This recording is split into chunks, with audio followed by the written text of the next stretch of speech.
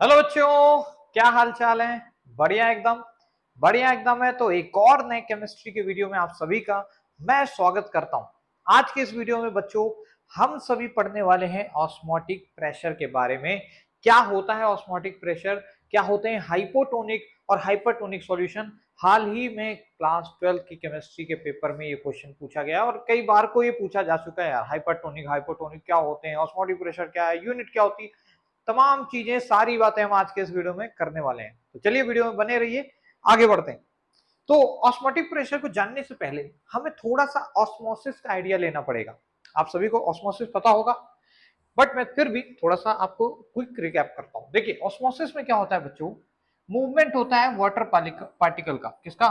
Movement of water particles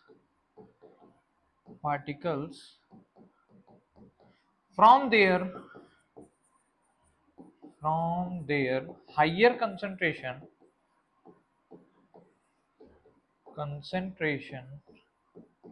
लिखते चलिएगा, definition बड़ी इंपॉर्टेंट है।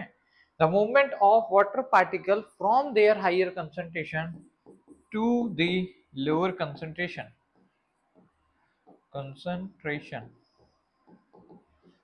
इसी को क्या बोलते हैं? Is called osmosis. थोड़ा सा अलग से रंग से लिख देते हैं। क्या बोलते हैं भाई? ऑस्मोसिस बोलते हैं। याद रखिएगा, इसमें वाटर के मॉलिक्यूल्स की बातें हो रही हैं। अगर गैसेस की बात कर रहा होता, गैसेस का movement from their higher concentration to the lower concentration, उसको हम डिफ्यूजन नाम देते। बेटा क्या नाम देते? डिफ्यूजन बोलते। तो जैसे कि हमारे आप सामने ये एक तरीके का मैंने क्या डायग्राम बना रखा है जिसमें ऑस्मोसिस दिखा रखी है। ऑस्मोसिस होने के लिए ये चीज भी जरूरी है कि हमारे पास एक सेमी परमिएबल मेम्ब्रेन होनी चाहिए। क्या होनी चाहिए? Semi permeable membrane. नाम में ही है, सेमी मतलब आधा, परमिएबल मतलब परमिट करने वाला। मतलब कुछ चीजों को ये परमिट करेगा, कुछ चीजों को नहीं। जैसे चाय पत्ती की छन्नी आपने देखी होगी, छन्नी से पानी तो नीचे निकल जाता है लेकिन चाय पत्ती बच जाती है। तो वो क्या है? एक तरीके की सेमी परमिएबल है कि नहीं? तो वैसे ही कुछ एक छन्नी टाइप का ही समझ लो, इमेजिन कर लो, होना चाहिए जिससे कि एक तरफ तो लिक्विड जाए लेकिन दूसरी तरफ से वापस से ऐसा ना हो कि वापस से आने लग गया। समझ रहे हो? ऐसा कुछ तो होगा क्या। देखो यहाँ पे मैंने व्हाइट वाले डॉट इधर की ओर खूब सारे बनाए हैं और इधर व्हाइट वाले डॉट कम है। तो हाइयर कंसंट्रेशन से लोअर कंसंट्रेशन व्हाइट वाले मूव करेंगे और हरे वाले इधर ज्यादा है, इधर बड़े कम है। तो हरे वाले क्या करेंगे? यहां से हाइयर से लोअर इधर की ओर जाएंगे। तो हरे इधर जाएंगे, व्हाइट इधर जाएंगे, ड्यू टू ऑस्मोसिस। ठीक है, ऑस्मोसिस क्लियर है? अगर ऑस्मोसिस क्लियर है बेटा, तो आपको अब ऑस्मोटिक प्रेशर समझ आ जाएगा। कैसे? मान लो ऑस्मोसिस में इधर की ओर जा रहे थे ये लोग, हरे वाले किधर जा रहे थे? इधर जा रहे थे सर।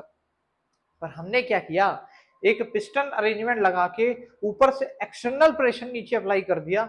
अब इस प्रेशर के कारण क्या होगा? वाटर मॉलिक्यूल इधर की ओर, पीछे की ओर मूव होने लगेंगे। सोचो, खुद ही सोचो, इधर से धक्का चिपाक से ऐसे नीचे करोगे तो इधर की ओर प्रेशर एग्जर्ट होने लगेगा फ्लूइड में, और ये जो इधर की ओर वाटर मूवमेंट्स हो रहा था वो इम्पैक्ट होगा। क्या होगा? इम्पैक्ट होगा। अब पानी इधर थोड़ी जाने लगेगा, अब क्योंकि इधर की ओर ताकत लग रही है, कहेंगे अरे चलो चलो इधर की ओर चलो, तो अब मॉलिक्यूल्स इधर आने लगेंगे और एक टाइम आएगा कि ये सारा का सारा इधर ना जाके पीछे जाने लगेगा, यानी ऑस्मोसिस स्टॉप हो जाएगी। क्या वर्ड यूज किया मैंने? Osmosis stop. तो याद रखना, दैट पी एक्सटर्नल, वो external pressure which stops the osmosis of the solution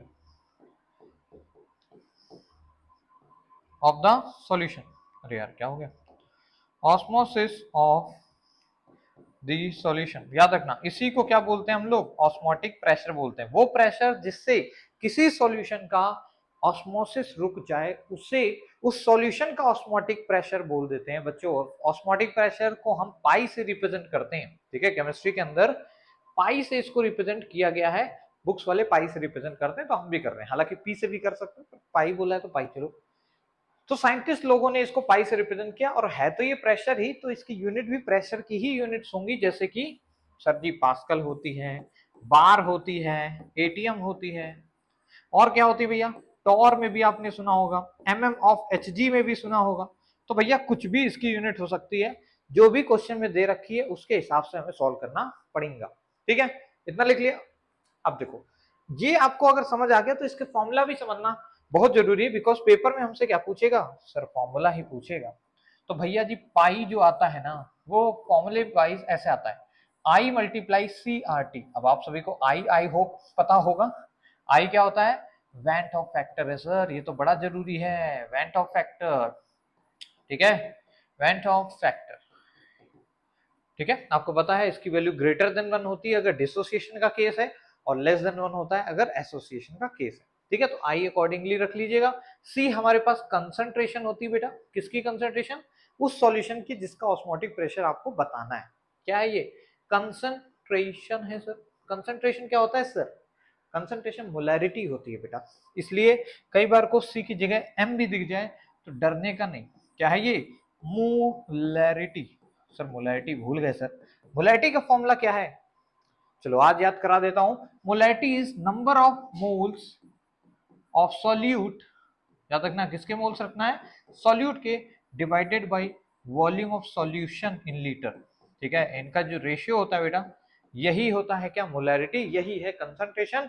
तो यूनिट क्या हो जाएगी, क्या मोल पर लीटर हो जाएगी, बिल्कुल sir, mole per litre is the unit of C, यानी कि कंसंट्रेशन।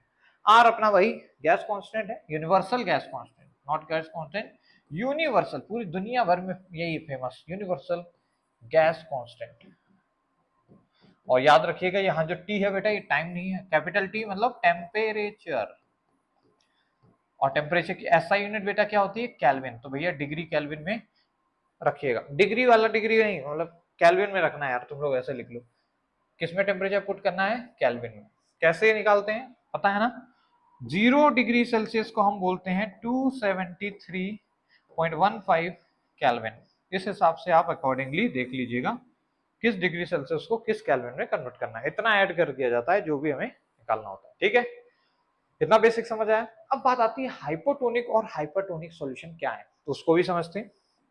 देखिए जी, दो वर्ड हैं, एक है हाइपोटोनिक, पेपर में बहुत बार कॉमनली पूछा गया है हाइपोटोनिक, नाम में ही इसके सब कुछ छुपा हुआ है, और इधर लिखते हैं हाइपरटोनिक, ठीक है।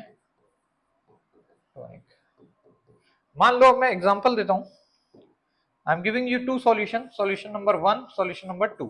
सॉल्यूशन नंबर 1 का जो ऑस्मोटिक प्रेशर आया मान लो वो आ गया 2 पास्कल, और सॉल्यूशन नंबर 2 का जो आया वो आया 4 पास्कल। बोलिए जी, अरे रास्कल नहीं पास्कल, समझ लो। तो सॉल्यूशन नंबर 1 का ऑस्मोटिक प्रेशर कितना आया है, 2 पास्कल आया है, और इसका सर 4 है। साफ साफ पता चल रहा है कि सॉल्यूशन नंबर 2 का ऑस्मोटिक प्रेशर ज्यादा है सर, क्या है, ज्यादा है सर। और जिस सॉल्यूशन का ऑस्मोटिक प्रेशर ज्यादा हो कंपैरिजन टू दूसरा, याद रखना, अगर तुम्हें हाइपोटोनिक और हाइपरटोनिक बताना है तो कंपेयर करके ही बता पाओगे। कि मैं ये बोल सकता हूं कि सर सॉल्यूशन नंबर 2 जो है वो हाइपरटोनिक है with this solution number 1। Hypertonic मतलब ज्यादा है, क्या ज्यादा है, प्रेशर ज्यादा है। तो भैया जी हाइपरटोनिक का मतलब ऑस्मोटिक प्रेशर यानी पाई जब ज्यादा हो, पाई जब ज्यादा हो, ज्यादा हो, समझ गए क्या। और अकॉर्डिंगली अब आप समझ गए होंगे कि S1 जो है वो हाइपोटोनिक सॉल्यूशन है एज कंपेयर टू S2, समझ गया ना, क्योंकि उसका ऑस्मोटिक प्रेशर कम है, क्लियर है। इसी तरह आइसोटोनिक होता है बेटा, आइसोटोनिक, आइसोटोनिक में बिल्कुल बिल्कुल बिल्कुल, आइसो मतलब सेम, यानी जब ऑस्मोटिक प्रेशर दो सॉल्यूशन का क्या हो जाए, सेम टू सेम आ जाए, उस सॉल्यूशन को, उन टाइप के दोनों सॉल्यूशंस को हम क्या बोलते हैं बच्चों, आइसोटोनिक सॉल्यूशंस कहते हैं, क्लियर है। ज्यादा मुश्किल नहीं है, बस एक एक बार थोड़ा सोचो, कंपेयर करने के लिए यूज किया गया, ठीक है। डायरेक्टली आप कंपेयर करके नाम लिख दोगे अगर हाइपोटोनिक तो हम समझ जाएंगे अच्छा हाइपो मतलब कम होगा ऑस्मोटिक प्रेशर इसका विद रिस्पेक्ट टू दैट, जिसके रिस्पेक्ट में दे रखा होगा। क्लियर हुआ क्या, क्लियर हुआ है तो इस सभी को अपनी कॉपी में बढ़िया से लिख लीजिए, बिकॉज पेपर में यही सभी छोटी छोटी चीजें आपको कलेक्टिवली पूछी जाती हैं, ठीक है। पेपर में यही सारी चीजें बेसिकली आपको पूछी जाती हैं। तो चलिए मैं वन बाय वन आपको ये दिखा देता हूँ, स्क्रीनशॉट ले लीजिए और नोट्स बना लीजिए। एक बच्चा बोल रहा था कि नोट्स बनाने का सर टाइम नहीं देते, स्क्रीनशॉट ले लीजिए इसका, ये इसके बाद स्क्रीनशॉट ले लीजिए पॉज करके इसका भी भाई, जो कि वेंट ऑफ फैक्टर जहां मैंने बताया, फिर भैया स्क्रीनशॉट इसका भी ले लीजिए जहां पे हमने आइसो हाइपर और हाइपो की बातें करी। अच्छा एक छोटा सा एप्लीकेशन बता देता हूँ आपको, ऐसे ही मजाक मजाक में, पाई जो आया था बेटा वो आया था I into C into R T, ठीक है। याद रखना इसके बहुत सारे प्रैक्टिकल एप्लीकेशंस है।